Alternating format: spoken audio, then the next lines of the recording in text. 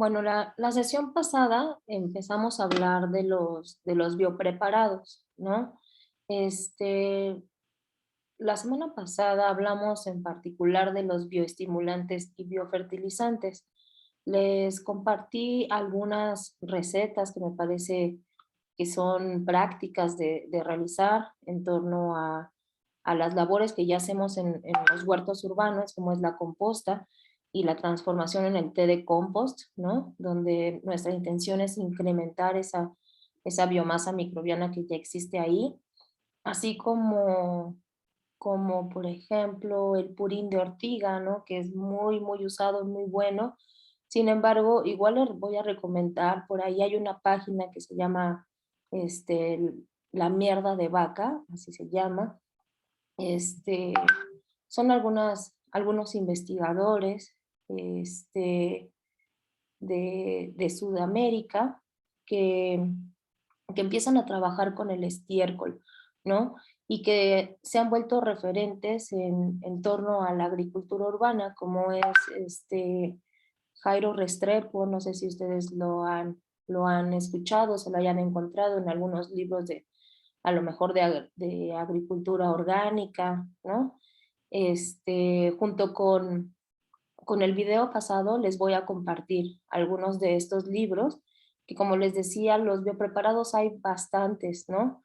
Ellos, como les digo, se han enfocado mucho en trabajar con rocas, ¿no? Lana de roca, con algunos minerales, porque pues se argumenta que son los principales nutrientes que necesitan las plantas. Recordemos que los requieren en forma mineralizada. Sin embargo, bueno, claro que han reconocido el papel de los microorganismos en ello y por lo tanto también han utilizado, digamos, este recurso que es el estiércol. Hace unos días justo comentaba con Alan este, debido al conflicto bélico, ¿no? Que se está suscitando en Rusia, que es uno de los principales proveedores de energéticos, los fertilizantes, ¿no? Que se derivan de ello, los fertilizantes de origen sintético que se utilizan en la agricultura, van a empezar a escasear y por lo tanto aumentar su costo. Se estima que para el siguiente año, por esta situación, el rendimiento, por ejemplo, del maíz disminuye al 50%, ¿no? La gente no va a tener dinero para pagar esos altos costos de los fertilizantes sintéticos y creo que va a tomar relevancia estos temas de los cuales hemos estado hablando, ¿no? El uso de otras fuentes naturales que tenemos y que la gente, por ejemplo, en provincia, en campo, pues tiene acceso a eso, ¿no? Como son los estiércoles. Entonces, este, vamos entonces ahora a pasar a los otros biopreparados que son los biopesticidas. Entonces,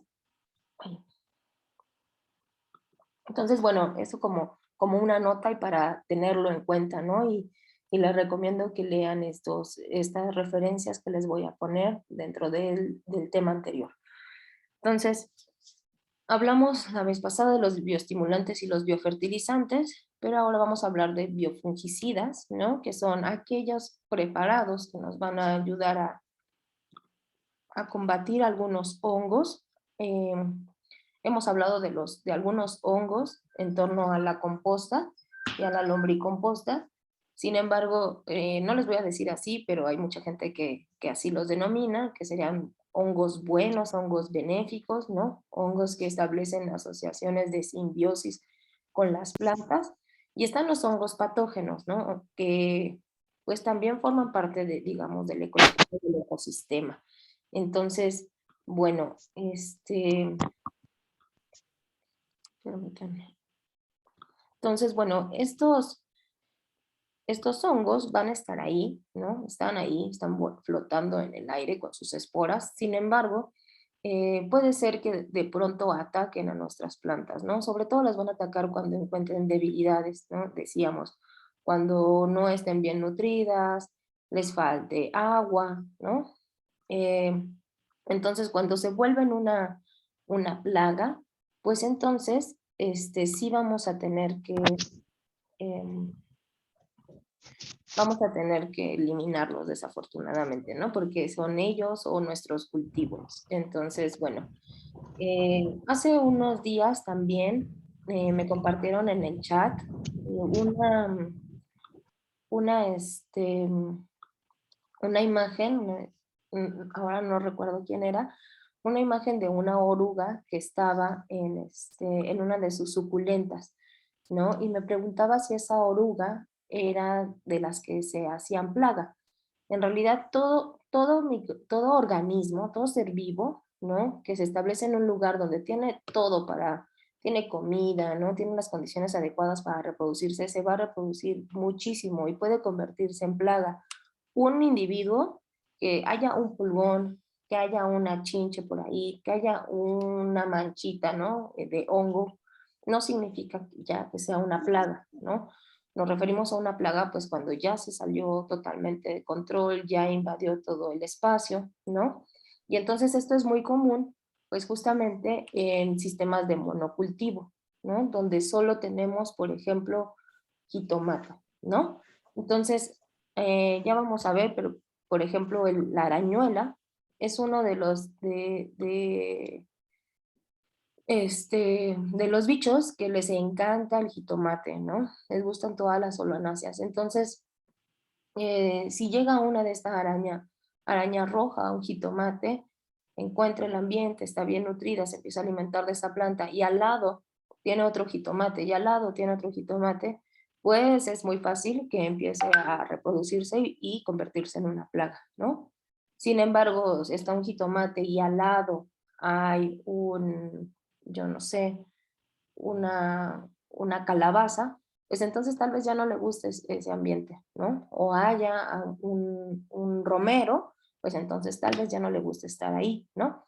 Entonces, es la importancia de que tengamos diversidad en nuestro huerto y eso se los va a platicar Alan en la siguiente sesión en un tema muy importante que es el manejo integral de plagas. Pero bueno, digamos que ya nos atacó, ya está en nuestro huerto, ¿no? Entonces podemos eliminarlos, ¿no? Tal cual matar a ese hongo, esos insectos, que son los que principalmente atacan a nuestras plantas. Hay pudrición también por bacterias y por hongos, pero esas no son tan comunes, ¿no? O podemos empezar a repelerlos para evitar que se asienten en nuestras plantitas y que se conviertan en plagas, ¿no? Entonces, por definición, pues estos biopesticidas son preparados que se elaboran a base de productos naturales como plantas, flores, frutos, que tienen esas propiedades insecticidas, es decir, que pueden matar insectos, fungicidas a los hongos, bactericidas a las bacterias y acaricidas, ¿no? A los ácaros. Entonces, pueden ayudar a controlar a los organismos que llegan a constituirse en una plaga o que causan enfermedades a las plantas. Ujú. Ahora, ¿cuáles serían las diferencias entre un biopesticida y un pesticida de origen sintético, ¿no? O químico también, le decimos así? Es que pues el pesticida químico va a utilizar sustancias tóxicas que van a contaminar al ambiente y no solo al ambiente, sino a nuestra salud. Ahorita vamos a hablar un poquito de eso. Las plagas empiezan a ser resistentes, ¿no? Si siempre se les aplica el mismo producto, algunos individuos de esa población empiezan a sobrevivir, se vuelven resistentes y entonces ya no va a ser la misma dosis con la que ustedes aplicaban para eliminarlos, ya no va a ser suficiente, ¿no? Sino van a requerir tal vez el doble o el triple y entonces va aumentando la tolerancia, ¿no? De las plagas hacia ese químico, de tal suerte que puede ser que ya no funcione en algún punto. Generalmente pues tienen un costo alto, y van a dejar residuos químicos que pueden generar daños a la salud. Me acuerdo de una señora que me comentaba que tuvieron una infestación en su casa por chinches, ¿no? Es terrible, me parece así, de lo más feo que te puede pasar, ¿no? Y lo que hicieron pues, fue sacar todo, quemaron, fumigaron con DDT, pero tremendamente, ¿no? O sea, de manera que ya de verdad no encontraran a este bicho, ¿no? Pero ese cuarto se volvió, y no lo pudieron habitar durante años, ¿no? Porque seguían generando esos residuos y ellos cuando entraban les irritaba la piel, ¿no? Además de las mucosas que son muy sensibles, entraban pues sí, con cubrebocas de estos para polvos y todo, pero lo sentían la irritación en la piel, ¿no? Por ejemplo. Entonces, no pudieron habitar ese espacio durante al menos 5 años, ¿no? Entonces, esos residuos químicos que dejan estos pesticidas pueden resultar muy, muy tóxicos, ¿no? Eh, en cambio, los biopesticidas vamos a utilizar elementos pues, que se descomponen y que al final vuelven a la tierra, ¿no? Tienen un origen orgánico, digamos. En general, pues no utilizamos uno solo, lo vamos cambiando. Entonces, no es algo que estemos aplicando que sea parte, digamos, de un programa de control de plagas o en algunos cultivos, aunque no tengan la plaga, se los ponen, ¿no? Como a manera de como de prevención, y entonces tienen sus calendarios, ¿no? Cada 3 meses se aplica fungicidas, se aplican herbicidas, ¿no? Y así los van aplicando sin importar si lo tienen o no, ¿no? Entonces eso también contribuye justo a la resistencia. Nosotros lo vamos a ocupar pues ya cuando tengamos la situación encima, ¿no? Que se nos haya salido de control. En general, si nosotros somos observadores, ¿no? En nuestro huerto, encontraremos o detectaremos a los primeros pulgones y podemos incluso acabar con ellos, simplemente aplastándolos, ¿no? Ya cuando tienes una infestación de pulgón, pues ya no lo puedes hacer, ¿no? Con las manos se vuelve, de locos intentar hacerlo. Entonces vamos a utilizar también insumos de bajo costo y vamos a obtener estos productos sanos sin riesgos para la salud, ¿no? Algunos de, digamos, de las estructuras, la clase química a la que pertenecen varios de estos insecticidas, aquí les pongo el DDT, que es quizá el más común, ¿no? Pertenece a los organoclorados. Entonces, tienen estructuras cíclicas, ¿no? Anillos cíclicos de estructura orgánica anclados a diferentes moléculas de cloro. Sin embargo, esta estructura lo que hace es que se mete, ¿se acuerdan que les platiqué de los canales de sodio y de potasio que tenían las plantas? Pues nosotros también los tenemos en todas nuestras células este, y hay una buena cantidad de estos canales de sodio en las neuronas. Entonces, empieza a afectar incluso personas que están expuestas mucho tiempo, ¿no? Imagínense personas que se dedican a fumigar, ¿no? Y que no se protegen de manera adecuada, pueden empezar a tener daños incluso, o sea, no solo de irritación, sino ya a nivel neuronal, ¿no? Habrá algunos otros que son los organofosfatos, ¿no? Ellos son inhibidores de la acetilcolinesterasa, afectan igualmente irreversiblemente el sistema nervioso. Esto que hacen, el mecanismo de acción, es para atacar a los insectos. Sin embargo, estos mismos receptores o estos mismos canales los tenemos nosotros, ¿no? Al final somos animales. Quizá la dosis, ¿no? La dosis media que se utiliza para eliminar un insecto, pues es muy distinta a la que se necesitaría para acabar con nosotros. Sin embargo, como les digo, estos receptores también los tenemos nosotros, ¿no? Entonces, si no los ocupamos con precaución, y nuestras mascotas también, ¿no?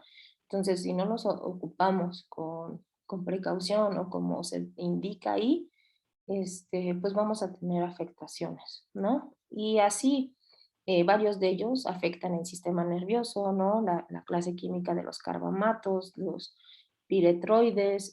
Ustedes pueden ver algunos de estos compuestos. Si ustedes tienen algún tipo de insecticida en casa, revisen las etiquetas y a lo mejor se van a encontrar con varios de estos, estoy segura, ¿no? Entonces, em, ¿cómo actúan los bioinsecticidas o los biorrepelentes? Los que son repelentes, pues en realidad son compuestos, digamos, que son desagradables al sabor. Muchas de las plagas que van a atacar a nuestras plantitas son del tipo chupador, de insecto chupador. Entonces, con su boquita, con su probóscide, ¿no? Inyectan, ¿no? Pican el tejido de la planta y lo jalan. Eh, Jalan lo que comúnmente le dicen la savia, ¿no? De las plantas, que sabemos que son los nutrientes que van fluyendo por el xilema y el floema, de los cuales ya platicamos, pero al final cuando desprenden su probóscide, pues obviamente también se llevan lo que hay alrededor, ¿no? Entonces nosotros vamos a aplicar este producto y cuando el insecto chupador intente picar, ¿no? Atacar ese tejido, también se va a llevar, digamos, a su boca, pues este sabor desagradable. Hay veces que ni siquiera tiene que ver con el sabor, sino con el simple aroma, ¿no? Entonces hay aromas que hacen que los insectos se alejen, por ejemplo, el de la ruda. A mí me parece un aroma muy, muy delicioso, ¿no? Pero a algunos insectos no les gusta. Existe también la forma, el mecanismo de acción de toxicidad estomacal. Entonces, hay algunos compuestos que al ser ingeridos van a perder la capacidad de alimentarse y los bichos mueren de inanición, ¿no? Algunos de estos compuestos tóxicos están presentes en las plantas de crisantemo, en la higuerilla, a lo mejor la conocen, la que se utiliza para hacer el aceite de ricino. Este, Esos son algunos ejemplos de esta toxicidad estomacal. Creo que les había platicado también de la presencia, por ejemplo, de algunas bacterias del suelo de la especie Bacillus subtilis, que, que ellas producen una proteína tipo cristal que cuando son ingeridas por los insectos, ¿no? Les hacen igual un agujero. Literalmente ese cristal les perfora el intestino y ya no pueden vivir, ¿no? Entonces, digamos, esa es la base tecnológica que ocupan, por ejemplo, para hacer algunos transgénicos de maíz, ¿no? Que es el maíz BT, que es, perdón, me equivoqué, no es Bacillus subtilis, es Bacillus thuringiensis, ¿no? Este, y entonces insertan el gen de esa bacteria para que todas las células, las hojas, el tallo del maíz esté produciendo ese cristal, ¿no? Es un cristal microscópico, nosotros no podemos ver, pero cuando llega la oruga, ¿no? Típicamente las polillas, en su fase larval, ¿no? Cuando son como gusanos, son súper depredadores de las hojas, empiezan a comer todo. Entonces empiezan a comer esta hoja e inmediatamente les hace un hoyo en el intestino, ¿no? Entonces, de esa manera mueren, ¿no? Ya no se pueden alimentar y mueren eventualmente. Hay algunos que actúan por contacto, ¿no? Eh, eh, Quizá voy a hacer una pequeña analogía en referencia a esta parte del gel que estamos ocupando todo el tiempo ahora en estos tiempos de coronavirus, ¿no? El gel que nos ponemos todo el tiempo en las manos generalmente son de base alcohol, ¿no? Es decir, el mayor componente de ese gel es alcohol. El alcohol lo que hace es derretir la membrana lipídica de bacterias, de algunos hongos y de los virus, ¿no? Entonces la membrana es todo lo que recubre la célula y si ese alcohol lo disuelve, pues entonces obviamente la célula queda expuesta y se muere, ¿no? Casi que se muere al instante. Tardará tal vez algunos cuantos segundos y por eso las pruebas a lo mejor de calidad en cuanto a la eficacia de estos geles y lo prueban a los 5 minutos, a los 10 minutos y entonces te dicen, te aseguran que el 99% de bacterias y virus mueren, ¿no? Al instante con ese gel. Entonces, un poco sucede así con algunos de los compuestos que están contenidos en el ajo, en el chile, ¿no? Eh, Estos compuestos y cuando se los aplicamos y está ahí, por ejemplo, una chinche, ¿no? En alguna de nuestras plantas, se los aplicamos. Sobre todo aplica con algunos, por ejemplo, con el pulgón, que tienen una capa externa muy delgada, ¿no? Entonces entran en contacto con estos compuestos que están presentes en el ajo, en el chile, y casi que mueren al instante. Si ustedes han aplicado este tipo de remedios en sus plantas, ¿no? El típico, yo le llamo la salsa, ¿no? Porque le ponen chile, le ponen ajo, le ponen cebolla, ¿no? Si le han aplicado, habrán visto que los pulgones casi que se quedan ahí pegados, ¿no? O sea, así al contacto se mueren. Ustedes lo asperjan, ¿no? Están con un aspersor, lo están echando y los insectos se quedan ahí pegados, ¿no? Entonces luego será necesario limpiarlos, ¿no? Retirarlos con agüita para que no se queden ahí y causen otros problemas, pero esa es otra de las formas, ¿no? Y la parte de los biorrepelentes que decíamos, pues es disfrazar los aromas, ya decíamos, ¿no? No solo pueden ser compuestos desagradables que repelan, pero también se puede repeler con otros aromas, ¿no? O sea, las plagas, otra vez, recordemos este tema de las asociaciones, se acordarán que el jitomate se asocia bien con la albahaca, ¿no? Entonces, una de las asociaciones, algunas asociaciones tienen que ver con sabor, pero en este caso, por ejemplo, no solo tiene que ver con que el jitomate en presencia de la albahaca mejora su sabor, sino que además en presencia de la albahaca distrae a la mosquita blanca que ataca mucho al jitomate, ¿no? Entonces la albahaca sabemos que es muy aromática, y con esos aromas que no son desagradables, ¿no? Distrae. De repente iba la mosquita atraída por el aroma del jitomate y de repente ya no sabe dónde está exactamente, ¿no? Si tenemos un jitomate rodeado de albahacas. Entonces esa es otra de las formas, ¿no? De cómo actúan este tipo de plantas, ¿no? Que nos van a ayudar contra los insectos, ¿no?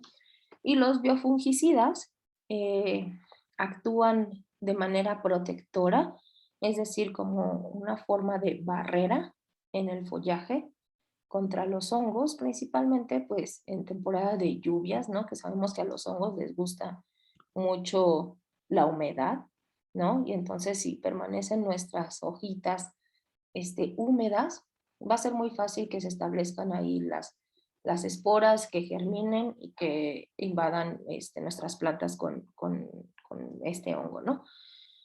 Y pueden ser también de manera sistémica, es decir, que son absorbidas por las plantas en las hojas, ¿no? Decíamos en sus estomas o desde las raíces, y entonces se moviliza dentro de la planta y crea defensas contra las enfermedades. Así es como actúa el purín de ortiga.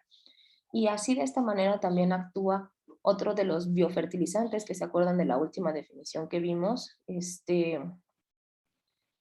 tricoderma, ¿no? Que es un hongo este, que ayuda a eliminar otros hongos y que también ayuda a eliminar incluso algunos insectos, ¿no? Pero digamos, hablando de, de elementos sencillos que nosotros podamos conseguir digamos, en un mercado o de manera sencilla, pues la ortiga, ¿no? La ortiga va a ser em, digamos, como no sé, a lo mejor ustedes han escuchado del jengibre, ¿no? De la espirulina, que ayudan y que incrementan el sistema inmune, pues un poco así también actúa el purín de ortiga, ¿no? Entonces, por eso es que se ocupa tanto. Este, ok, entonces vamos a empezar a hablar de algunas de las plagas más comunes, ¿ok? ¿Quién no ha tenido pulgón en su casa, no? Esta es una de las plagas que a mí me parece que son de las más comunes, ¿no? Son estos bichitos, ¿no? Son insectos. A lo mejor esto sonará muy de biólogo, pero este, así me dice mi papá, ¿no? El cuentapatas, ¿no? Le cuentas las patas. Pues sí, porque si a un bicho yo le cuento las patas y tiene 6 patas, es un insecto, ¿no? Si le cuento y tiene 8 patas, entonces puede ser puede ser una araña, ¿no? Pero definitivamente no es un insecto. Entonces, este sí es un insecto.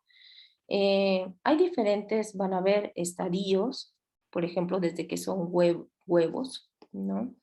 Las larvas jóvenes, una larva avanzada, ¿no? Que a veces uno pensaría, no sé, pues esto es un gusano, ¿qué es esto, no? Este, y van avanzando hasta que están en su estado adulto. En su estado adulto casi siempre toman el color de la planta y luego son difíciles de encontrarlos. Se ponen en el en vez de las plantas, se ponen en donde salen las hojas, ¿no? Pero los hay amarillos, los hay verdes, los hay negros, los hay medio rojizos. Edgar nos dice que son un problema si se juntan con las hormigas. Sí, se protegen, ¿no? Se empiezan a proteger porque justo lo que hacen los insectos, estos pulgones, que les menciono aquí, son insectos, entonces cuéntenle las patas si pueden. Estos son muy chiquitos.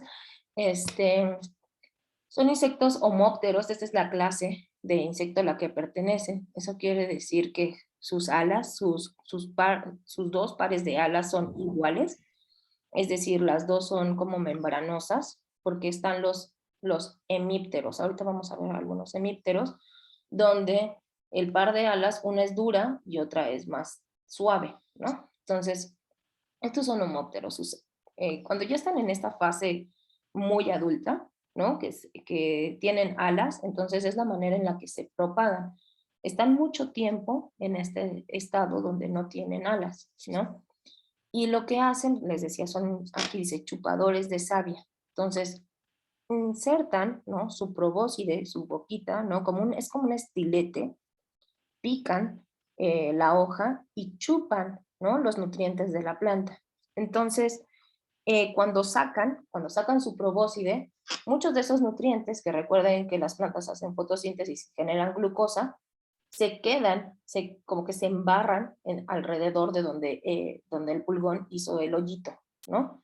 Entonces queda muy dulce alrededor y las plantas que están atacadas por pulgón generalmente están muy pegajosas, se ven brillosas, ¿no? O sea, toda esa savia, todos esos azúcares están embarrados y pues eso lo ocupa, ¿no? Las hormigas lo forrajean y la verdad no es que las hormigas se coman las hojas, ¿no? Sino que esas hojas, esos pedacitos de hoja que se llevan y que acarrean con glucosa, lo utilizan para alimentar a un hongo, ¿no? En sus nidos. Y las hormigas se alimentan de ese hongo, en realidad no de las hojas, ¿no? Pero sí, como dice Edgar, forman ahí una asociación, ¿no? Pues el pulgón saca lo dulce y la hormiga se lo lleva, ¿no? Entonces, dice Edgar que os va a matar. Este, bueno, no hay que ser tan drásticos, Edgar, pero, pero sí, os digo, cuando ya está en su forma, cuando ya está en su forma alada, pues justo migra de mucho más fácil hacia otro tipo de plantas, ¿no? ¿Por qué aparecen los pulgones? Este, pues aparecen porque hay un exceso de riego, también de abonado. Cuando abonamos de más y sobre todo con nitrógeno, las plantas se vuelven como muy apetecibles y para los insectos, ¿no? Entonces, eso puede pasar, la falta de sol, el exceso de sol. En realidad, una planta que está, pues, muy abonada, ¿no? Y un poco descuidada. Como decíamos, hay poca diversidad. A lo mejor tenemos un monocultivo por ahí de lechuga. Entonces, sí, Eli, no te preocupes. Un monocultivo de lechuga, entonces atacan. Cuando es así, cuando hay plantas idénticas, ¿no? Una tras otra, es muy fácil, muy, muy fácil que se propaguen. Ujú. Ok, vamos a ver ese guille, porque a lo mejor es otro. Puede haber varias plagas al mismo tiempo, claro, ¿no? No es que solo una plaga monopolice la planta. Entonces, cuando empiezan a atacar unas, empiezan otras, ¿no? Como dice Edgar, llegan las hormigas,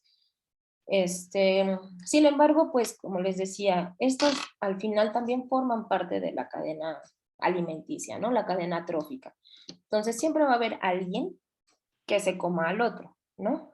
En este sentido, quienes se comen a los pulgones son las catarinas. Y a lo mejor han visto imágenes en internet de así, catarinas devorando pulgones, ¿no? A lo mejor no, pero son muy divertidas porque en ese sentido las catarinas se alimentan de los pulgones y las catarinas no es algo que nos moleste tener, de hecho, ¿no? Nos ayudan a polinizar, entonces ya vamos a ver más adelante también cómo ayudar a que las catarinas estén en nuestros huertos, ¿no? Para que no tengamos justo que eliminarlos nosotros, ¿no? O sea, si nosotros tenemos un equilibrio ecológico, creamos un ambiente en nuestro huerto donde existan catarinas, pues no vamos a tener este problema de los pulgones, ¿no? Entonces, también hay algunas crisopas, las avispas, también se alimentan de estos pulgones, ¿no? Entonces hay varios otros insectos que nos pueden ayudar a controlarlos. Sin embargo, bueno, si no están estos bichos presentes en nuestro huerto, nosotros podemos hacer una jabonadura, ¿no? De preferencia, a nosotros nos gusta recomendar el jabón potásico. Entonces, el jabón básicamente se hace de dos formas, con hidróxido de sodio y con hidróxido de potasio. El hidróxido de sodio, que es la sosa cáustica, es muy agresivo, ¿no? Ya vamos a ver qué precauciones hay que tener, pero sí hay que ser muy cuidadosos con el manejo de la sosa. Ustedes lo han visto si utilizan este tipo de productos para la limpieza de sus cocinas, ¿no? Son muy irritantes y hay que utilizar guantes, etcétera, ¿no? Entonces, eh, si entonces, bueno, la otra versión del jabón es hacer un jabón potásico. El jabón potásico es mucho más suave, ¿no? De hecho, varios jabones potásicos son jabones líquidos, ¿no? Son más blandos y no son tan agresivos. Entonces, para nuestras plantas, pues no queremos quemarlas, ¿no? Entonces, por eso es que recomendamos más bien un jabón potásico, que más adelante también vamos a aprender a hacerlo, pero también ya he visto que lo pueden conseguir en Mercado Libre. Ya hay ya hay varias personas que los venden, pero también vamos a aprender a hacerlo, ¿no? Si no tuviéramos jabón, jabón potásico, lo que podemos hacer es tomar un poco del jabón Sote o jabón Roma, que la verdad son buenos jabones, y entonces tomar una cucharadita de esa, una cucharada sopera, y diluirlo en 1 litro de agua. Y con eso, lo echan sobre el pulgón, ¿no? Esa sería como la forma más rápida de laminar. Sí, las crisopas son estas, ¿no? Ujú. Y los pulgones en general brincan, pero también tienen sus formas aladas que se parecen a estas, ¿no? Exacto, gracias, Alan, las crisopas son esas, tienes razón, ¿no? Son una familia igual de insectos, este, las hay como de alas verdes. Si los observan bien de cerca, tienen estos ojitos como brillosos. Son muy bonitos, ¿no?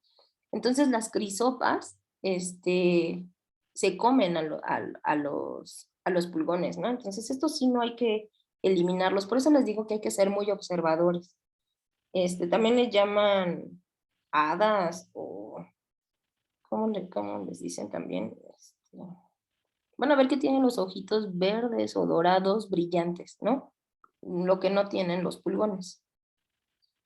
Dragón verde, sí, sí, sí. Dragón, yo también creo que, ¿qué? León de los áfidos o algo así. Ujú. Sí, estas son las crisopas, ¿no? Entonces, pero también se pueden eliminar con purín de ortiga, por ejemplo, ¿no?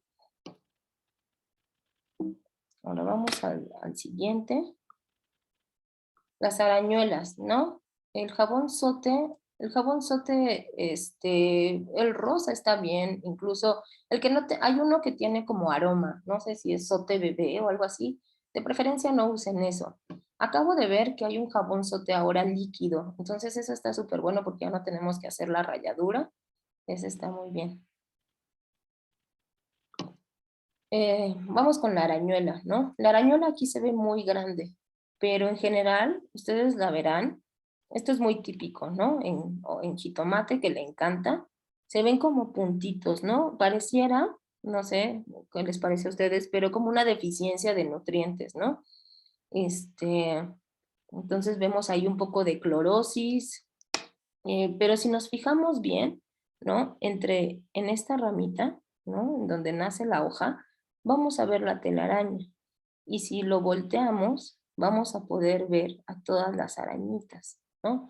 Estos son ácaros, ¿no? En realidad son ácaros, como dice aquí, em, miden menos de 1 milímetro, son chiquititos, ¿no? Entonces aquí les digo, está como muy amplificada la foto, pero son chiquititos, vemos puntos, lo que vemos son puntitos rojos, ¿no? Entonces, ¿por qué aparecen estas, la arañuela?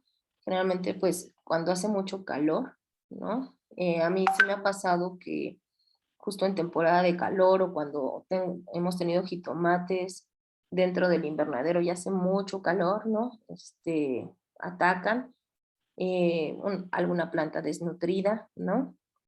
Eh, Aquí, por ejemplo, hay un escarabajito, solo para que vean, digamos, el tamaño entre las arañuelas y los escarabajitos.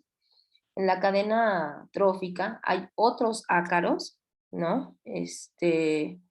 También que se los comen, algunas chinches, este escarabajo que está aquí, no sé si se acuerdan de ese escarabajo, pero lo vimos cuando vimos, no me acuerdo si creo que lombricomposta, ¿no? Son de estos bichos asociados a las compostas que ayudan a solubilizar el fósforo. Yo les decía que esos son buenos, ¿no? Generalmente igual los vemos como bolitas ahí chiquillas, brillantes, ¿no? Porque siempre como su caparazón es brillante. Entonces, este tipo de bichos se los comen, pero bueno, imaginemos que no tenemos esta diversidad y pues, lo que podríamos hacer para empezar es cortar las hojas afectadas, ¿no? Porque estas hojas ya no van a ir a ningún lado, ¿no? O sea, si eran para consumo, imaginemos, no sé, lechuga, pues ya no las vamos a poder comer, ¿no? Van a estar infestadas de arañuela y además van a ser muy poco nutritivas porque esos nutrientes ya se los llevó la arañuela, ¿no? Entonces, vamos a tratar de cortar todas las hojas afectadas y tratar de rescatar aquellas de abajo. Realmente afectan, empiezan a atacar de arriba hacia abajo, ¿no? Entonces, vamos a cortar esas hojas y las partes de abajo las vamos a rociar con este macerado, ¿no? De ajo, chile y cebolla. Hacemos una especie de salsa y una salsa muy diluida, ¿no? Para que no se les vayan a tapar sus aspersores, se lo rocían en la plantita. El purín de ortiga también nos ayuda, por eso les decía que es como muy utilizado, y también una infusión de cola de caballo, ¿no? Podemos poner 5 gramos de cola de caballo en 1 litro de agua, dejamos que se enfríe y con eso también rociamos nuestras plantitas, ¿no? Para eliminar a la arañuela. Ahora, la mosquita blanca también es una de estas plagas muy comunes, ¿no? La mosquita es una mosca, es un insecto picador y chupador y afecta a más de 420 especies vegetales. Por eso les digo que estos quizás me parece que son los más comunes, ¿no? Tanto el pulgón como la arañuela, como la mosquita blanca. Entonces, ¿por qué aparecen? Pues vienen con el viento, ¿no? No es que, este, nada, simplemente llegan, ¿no? Y quienes se las comen son algunas avispas que son parasitoides, es decir, que van a ir a poner sus huevecillos encima de ellas, ¿no? Este, Algunos escarabajos también se los comen.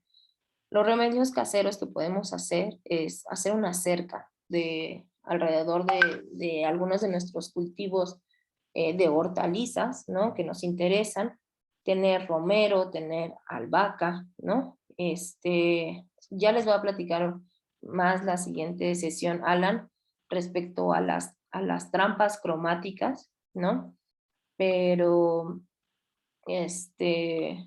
digamos, de manera muy rápida, son, a los insectos les atraen mucho los colores amarillos, por ejemplo. Hay diferentes, ¿no? Entonces, a la mosca, a la mosquita blanca, les gusta el amarillo. Y seguro han visto que en las cocinas luego venden en las trapalerías unos rollitos con una tira blanca, una tira amarilla, ¿no?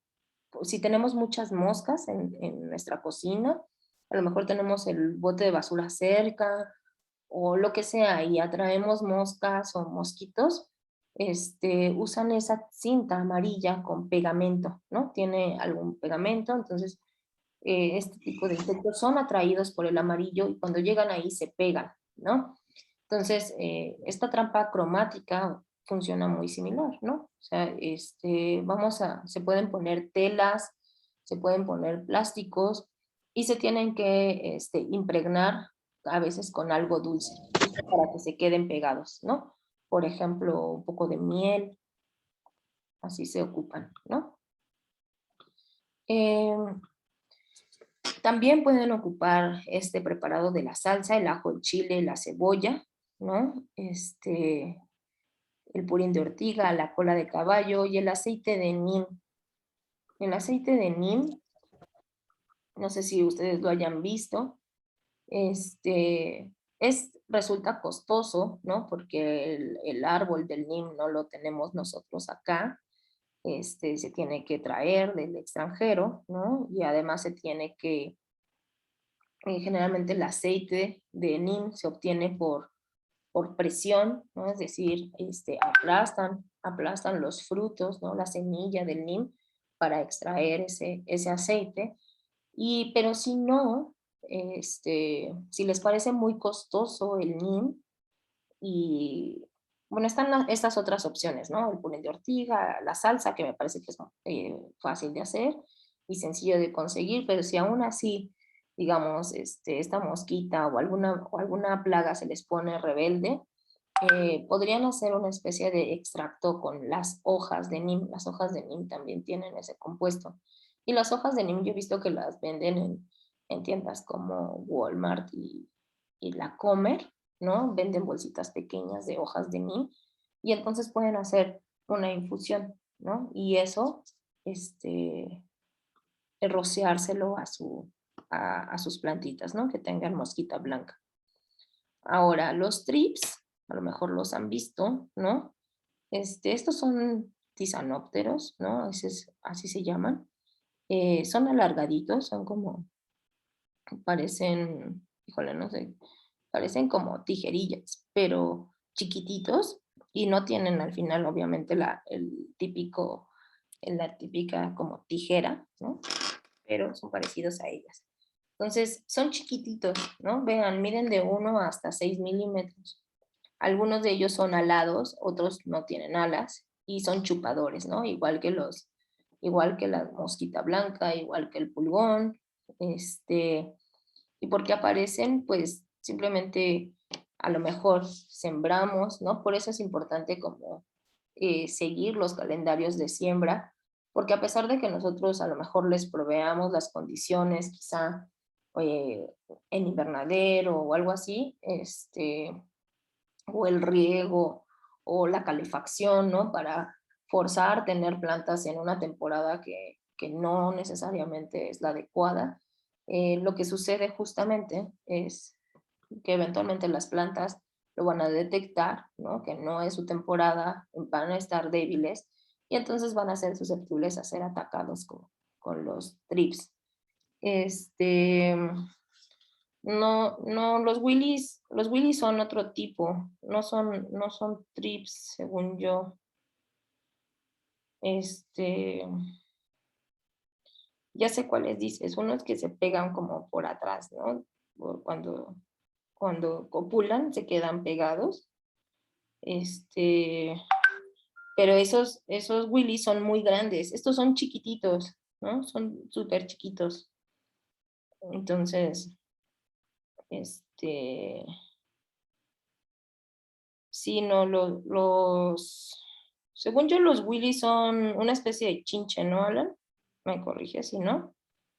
Sí, sí, Sí, son son hemípteros, son hemípteros, ¿no? parientes de los pulgones. Sí. No son tisanópteros, estos No, son no muy son chiquitos, tisanópteros. ¿no? Estos de hecho hasta son como, aunque parezcan un poco rígidos, en realidad son más suavecitos que los Willys, ¿no? Y bueno, aparecen por un mal riego, también un mal abonado, ¿no? Si nosotros estamos abonando en exceso, eso puede atraer muchas, muchas plagas, ¿no? Entonces se los comen algunos otros ácaros o las chinches, ¿no? O sea, de la familia de los willies. Este, las chinches las vamos a reconocer porque Sí, también lo estoy dando tienen como una V en la espalda, una V. A ver, al final de esto les enseño cómo son las chinches para que sepan cómo son, ¿no? Las chinches de este tipo no son, digamos que sí son de la misma familia de las chinches de esas de cama, ¿no? Que atacan los sillones y los colchones y así, que son horribles para nosotras, ¿no? Pero hay muchas chinches en plantas que nos van a ayudar justo a acabar con algunos otros bichos, justo como los trips, ¿no? Y que no son malas, o sea, no piensen que todas las chinches son, digamos, patógenas, ¿no? En ese sentido de a lo mejor la que tenemos más en mente, que es la que ataca al humano, pero muchas chinches, hay muchos de esos hemípteros que no, este, que de hecho nos van a ayudar, ¿no? Entonces, ahorita les comparto unas imágenes para que reconozcan a las chinches. Entonces, ¿qué remedios podemos aplicarles? Igual el jabón potásico, si no tienen jabón potásico, pues otra vez el jabón Roma, ¿no? Eso está bien, el jabón sote es mucho mejor. Un preparado de chile, un preparado de ajo, ¿no? A lo mejor han visto esta otra, la cochinilla algodonosa. Entonces, la cochinilla algodonosa, este, son insectos, a pesar de lo que se pueda ver, a lo mejor pensamos que es como una especie de crustáceo, como la cochinilla, ¿no? Las cochinillas de estas que están en la tierra que conocemos, porque parecen, ¿no? Pero son insectos en realidad, solo que están cubiertos como con mucha cera, y por eso tienen como ese aspecto. Eh, se- Solo las hembras son las chupadoras de savia y generalmente atacan a los cítricos, aunque atacan a muchos, ¿no? A las rosas, generalmente plantas más grandes, ¿no? La cochinilla de algodonosa yo no la he visto en plantas chiquitas de porte pequeño como herbáceas o ¿no? Pensamos en alguna lechuga, en alguna selga, ¿no? Igual aparecen o sea, por alguna temporada ahí inadecuada que nosotros empezamos a lo mejor a poner este tipo de cultivos cuando no nos corresponden, ¿no? El mal riego, el mal abonado.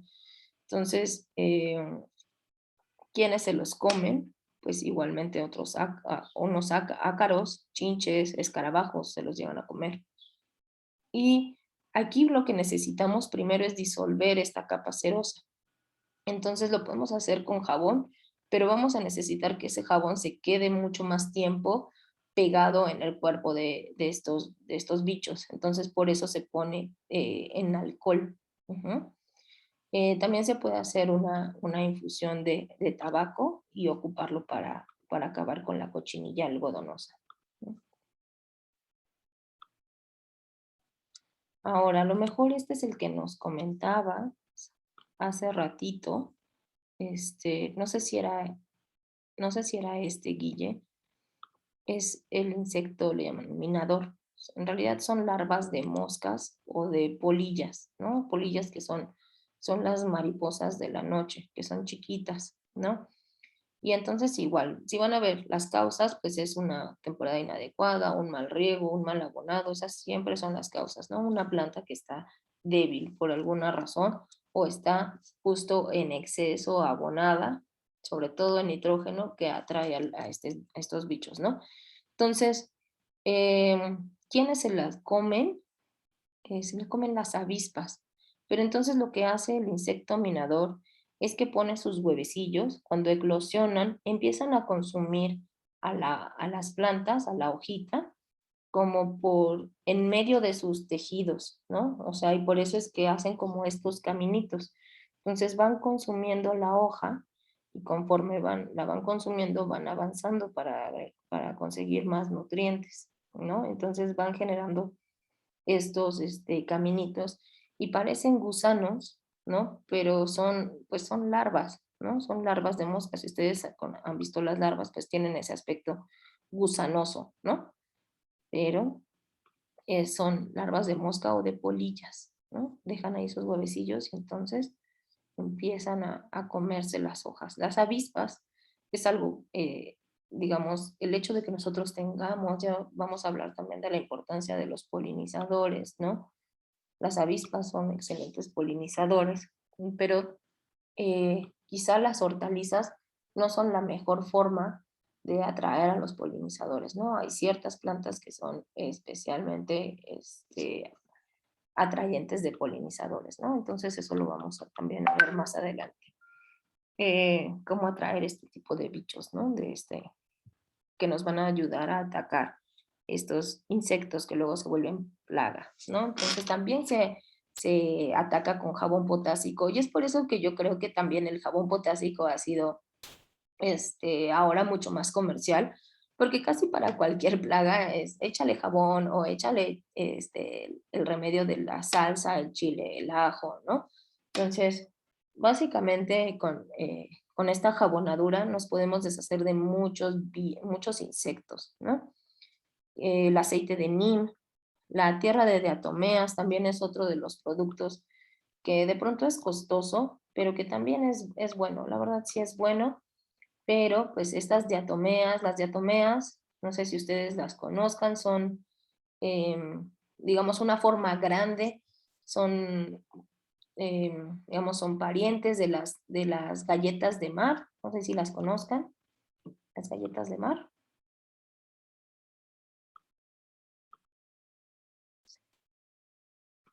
¿no?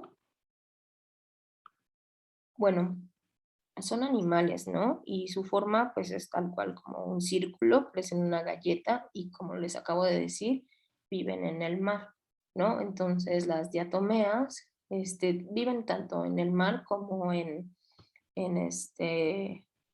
en lagos, ¿no? Entonces cuando ellas mueren, empiezan a dejar sus residuos dentro de las arenas, arena de río, arena de mar. Y entonces, ahí se van depositando. Sin embargo, hay quienes los colectan especialmente para obtener esta tierra de diatomea, que es muy utilizada, por ejemplo, para eliminar hormigas, ¿no? Algunos otros bichos como estos también. Pero pues se tiene que traer de esos lugares, ¿no? Entonces luego sí resulta más costoso la tierra de diatomeas. O también pueden hacer pimienta, pimienta en alcohol, pueden hacer una alcoholatura de algunas semillas de pimienta, ¿no? Y con esto ustedes lo rocían en sus hojitas para eliminar al insecto minador. Ujú. Estas les gustan mucho las hojas grandes, ¿no? Como ahorita nos estaba comentando Guille, que era tu higuera. Ahí voy a tratar de regresar. Sí, en la higuera aparecen como unos animalitos con, bueno, era más bien como parecido al anterior, era como parecido al chupador, como gris. El que está, ¿Este? a ver, ese, el de la esquina inferior izquierda, pero en gris. Ah, sí puede ser. Ujú. Ajá. Y veo que de repente hay como hoyitos en los, pues como en las ramas de la higuera y se salen como gusanos. O sea, no salen, yo les piqué con un palito y salían gusanos blancos. Ujú. la higuera, o sea, ya el fruto ya no madura, se arruga, ya no madura y se cae. Sí, son larvas, ¿no? Y lo que pasa es que esos bichos, tanto los pulgones como las larvas que tú tienes, pueden ser de mosca o pueden ser de mariposa, ¿no? Al final siempre se ven como gusanos. Pueden ser verdes, pueden ser blancos, pueden ser negros, pueden ser muy hermosos, ¿no? Pero son muy voraces. Entonces, se están comiendo todos los nutrientes y obviamente no dejan que prosperen los frutos, ¿no? Al insecto minador les gustan, les decía mucho, las hojas grandes. Sí, yo las he visto en higueras, en calabaza, ¿no? Como que usualmente los veo así y cuando terminan su estado, ¿no? De gusano larval, eclosionan y pues ya se vuelven una mosca o se vuelven una mariposa, ¿no? Pero pues mientras se consumen varias de ellas. A nosotros nos gusta pensar como que vamos a dejar algunas plantas que sí se las coman algunos de estos insectos, pero hay veces que no controlas eso, ¿no? No es que tú le digas, tú solo cómete esas 2 plantas y déjame estas otras, ¿no? Pues ellos mientras encuentren las condiciones se reproducen y entonces sí se vuelven plaga, ¿no? Pero bueno, aunque después disfrutemos mucho de las maripositas, hubo una ocasión que unas mariposas pusieron sus huevecillos en ay, se me fue, era ay, ¿cómo se llama este fruto?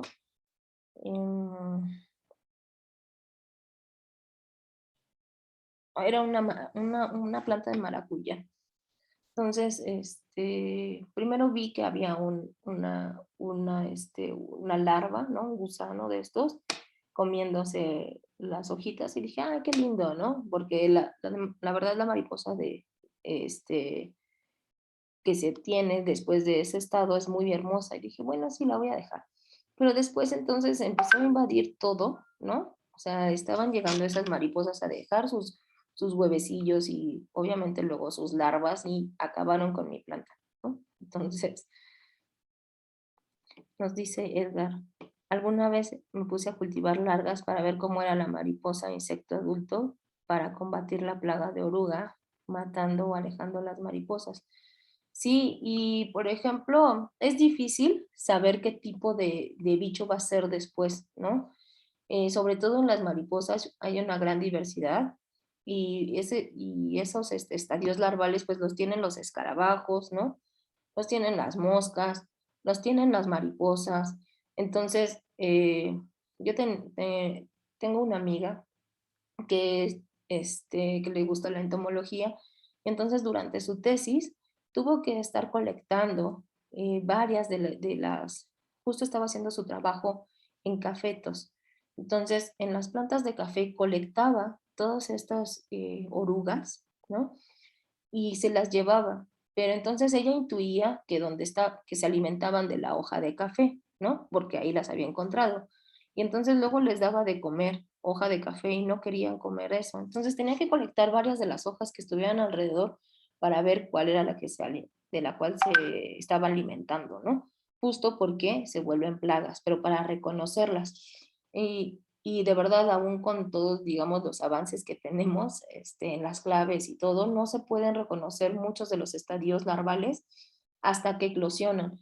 Entonces ella las tenía que estar alimentando y les daba agüita y las la bañaba. Yo decía que las bañaba, ¿no? Porque les quitaba su popó y las alimentaba y así durante todo el tiempo hasta que eclosionaran, ¿no? Y entonces me parecía un trabajo muy, muy lindo. Este, pero pues complicado, ¿no? Pero sí, hay veces que no podemos saber qué es lo que va a dar hasta que eclosiona. Dice Edgar que las maripositas blancas que andan mucho por ahí son las orugas que se comen todo. Ah, pues qué padre que hiciste ese, ese estudio. Ahora, pasando a otros bichos, ¿no? Ya no insectos ni ácaros, algunas babosas y caracoles también atacan nuestras plantitas, ¿no? Entonces, estos son moluscos y muerden las hojas. Siempre vemos que hay pedacitos así, hoyitos en las hojas. Entonces puede ser simplemente porque es su temporada de reproducción, ¿no? O también, y también más bien, por un exceso de riego, ¿no? Siempre los vamos a encontrar, por ejemplo, abajo de macetas que, muy húmedas, ¿no? Y bueno, aquí la verdad es que dentro de los bichos que se la comen, pues encontramos a los humanos, ¿no? Hay personas que de hecho se dedican al cultivo de babosas, de caracoles, ¿no? Para el consumo humano. Entonces, bueno, habrá algunos que a lo mejor les parece repulsivo, es una buena fuente de proteína, ¿no? Pero, si no se los quieren comer, pueden poner un poco de cerveza, a las babosas también les gusta la cerveza.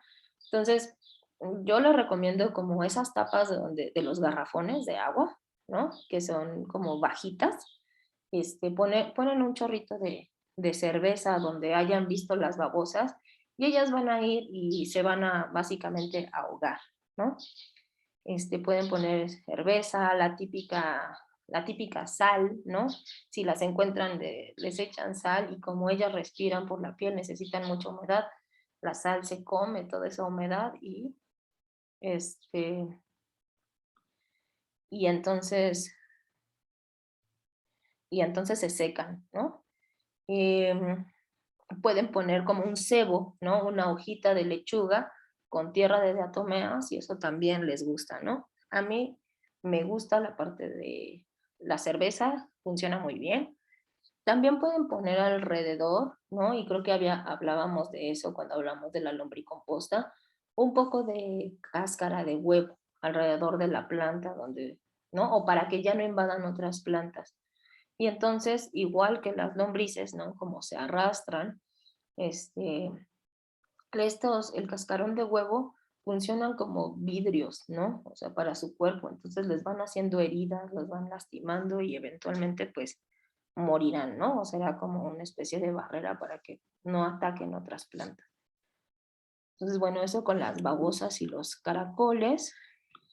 Y ahora vamos con unas plagas que son los hongos, ¿no? El típico hongo que ataca plantas es el oidio, ¿no? Es un hongo blanco, ¿no? Porque también los hay verdes, los hay negros, ¿no? Los hemos visto en nuestros refrigeradores, a lo mejor creciendo en tortillas ya podridas, ¿no? El hongo verde penicillium, el hongo negro, ¿no? Aspergillus, pero este es blanco. Entonces, igual van a aparecer, como siempre, ¿no? En plantas que están débiles, que no tienen suficiente luz, ¿no? Principalmente a los hongos les gusta la oscuridad y la humedad, por eso es que se reproducen bastante bien en el refrigerador, ¿no? Mucha humedad es importante, ¿no? Eso es clave para que se establezca un hongo.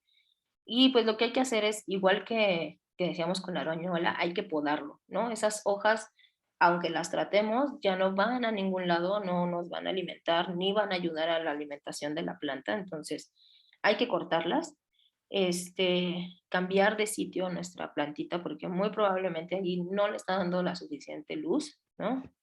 Sol para que transpire correctamente, ¿no? Y podemos hacer una infusión de cola de caballo, ¿no? En este caso vamos a poner 20 gramos de la planta seca y la vamos en un litro, lo dejan hervir durante 20 minutos y luego eso les van a salir 10 litros, ¿no? Van a diluir ese litro en 10 litros. Entonces eso puede ayudar a eliminar el oidio. Cuando ustedes pongan esta infusión de cola de caballo del Equisetum, háganlo sobre todo, digamos como a mediodía, ¿no? Para que la planta no se quede húmeda y porque a pesar de que va a tener, digamos, estos compuestos que lo van a eliminar, pues es importante que no siga húmeda y que permita que si hay algunas pocas esporas o por ahí parte del micelio de este hongo, que se siga reproduciendo, ¿no? Les hablaba de tricoderma, ¿no? que es un hongo que también se empieza ya a comercializar. Este es un hongo verde, pero que se pone, bueno, así tanto en hojas como en el suelo para que de manera sistémica ataque a este bicho, ¿no? No de manera foliar, sí se puede aplicar así, pero también puede ser como de manera preventiva, ¿no? Hay gente que pone tricoderma desde el inicio, casi desde que germinan las semillas, para que ayude a defender a la planta, ¿no? Como a incrementar su sistema inmune y que no sea atacado por este tipo de hongos, ¿no? Es un hongo que ataca a otro hongo. El mildew también es otro hongo clásico, ¿no? Que ataca las plantas. Este es Phytophthora infestans. Van a ver sus hojitas que van a tener como manchas de colores, verdes, amarillas, blancas, ¿no? Entonces igual son plantas débiles que están a la sombra, mucha humedad y el tratamiento es el mismo, ¿no? Podemos hacer poda, la infusión de cola de caballo, se puede hacer una infusión de sulfato de cobre, ese sería al 0.1%, es decir, 1 gramo en 1 litro de agua, no necesitan más. El hongo tricoderma, y por ahí también hay un remedio que se utiliza mucho para los hongos, que se hace con leche y bicarbonato. ¿Alguno de ustedes lo ha ocupado? No. Porque es como muy ocupado. Yo la verdad tampoco lo he hecho, pero sí parece que con ese remedio se puede también atacar al oidio, a la roya, que la roya casi no ataca plantas como de huerto, ataca pues frutales y ataca el café, ¿no? Por ejemplo, pero el oidio y el mildew también se pueden atacar con leche y bicarbonato. Sí, el tricoderma se compra. Ujú.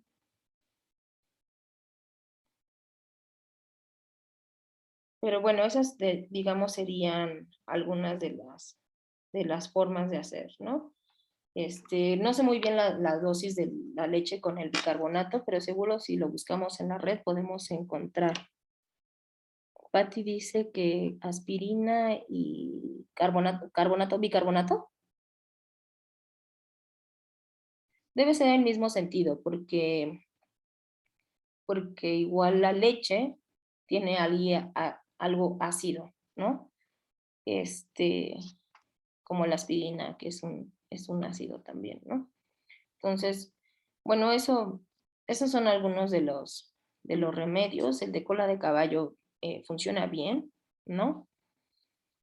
Y ahora, ¿cómo los vamos a preparar, no? Puede ser en infusión, ¿no? La infusión es que ya que está el agua hirviendo, ponemos las hojitas, ¿no? Junto con ellas. Estos son conceptos un poco distintos a lo mejor a los que ustedes conocen de herbolaria, pero estos son conceptos que se manejan desde la agricultura orgánica, ¿no? Por ejemplo, la decocción, en esta presentación, y como lo van a ver, es hervir por no más de 30 minutos, ¿no? Hojas, corteza, raíces, semillas. El macerado es que vamos a dejar las plantas frescas o secas en agua, pero no más de 3 días, es decir, que no fermenten. Y el té, a diferencia a lo mejor de lo que ustedes hacen o piensan que es como una infusión, se hace en agua fría o tibia, ¿no? Y se deja reposar la planta menos de 1 día. Y la fermentación, el purín, ahí sí tenemos que, ¿se acuerdan? Como les platiqué, hay que dejarla durante entre 7, 10 días, incluso 15 días a la sombra. Y vamos revolviendo diariamente, ¿no? Entonces, bueno, ya van a ser casi las 12. Todavía falta una parte, ¿no? Que cómo vamos a preparar estos biopesticidas. Algunos de ellos ya les dije más o menos cómo, pero más adelante vienen, digamos, dosis, tiempos, todo el procedimiento, ¿no? Entonces creo que esto lo vamos a dejar para la clase del viernes. No sé si antes y con respecto a las plagas, ustedes hayan encontrado estas u otras que no están acá, de las cuales nos quieran compartir.